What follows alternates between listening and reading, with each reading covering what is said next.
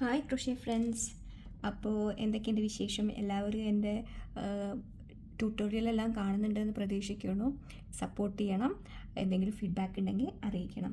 അപ്പോൾ single ക്രോഷ്യയും double ക്രോഷ്യയും half double ക്രോഷ്യയും എല്ലാം കഴിഞ്ഞ് ഇനി നമ്മൾ ചെയ്യാൻ പോണത് ട്രിപ്പിൾ ക്രോഷ്യയാണ്. അതെങ്ങനെയാണ് ചെയ്യേണ്ടതെന്ന് നമുക്ക് ഈ വീഡിയോയിൽ കാണാം. അപ്പോൾ സ്ലിപ്പ് നോട്ട് ഇടാം.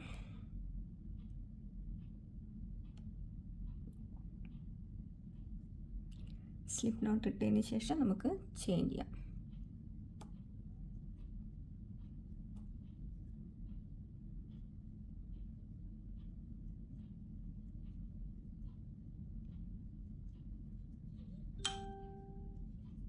അപ്പോൾ ഇതാ ചെയിൻ ചെയ്തിട്ടുണ്ട്. ഇനി നമ്മൾ ട്രിപ്പിൾ ക്രോഷ്യ എങ്ങനെയാണ് ചെയ്യാൻ നോക്കാം. ഡബിൾ ക്രോഷ്യ എങ്ങനെയായിരുന്നു? ഒരൊറ്റ ഇത്. ട്രിപ്പിൾ എന്ന് പറയുമ്പോൾ ഒരു പ്രാവശ്യം കൂടി ചുറ്റിക്കുക, എന്നിട്ട് ചെയിനിൽ ഇൻസേർട്ട് ചെയ്യാം. ചെയിനിൽ ഇൻസേർട്ട് ചെയ്തിട്ട് യാണ് പുൾ ചെയ്യാം അതേ ഇത് കൂടെ. അപ്പോൾ നമുക്ക് എത്രണ്ണായി? മൊത്തം 4 ലൈൻ.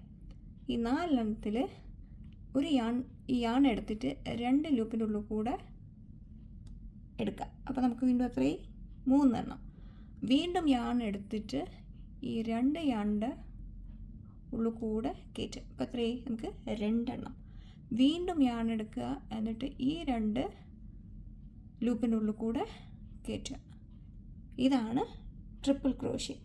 എല്ലാവരും ചെയ്തു നോക്കണം, ഫീഡ്ബാക്ക് അറിയിക്കണം.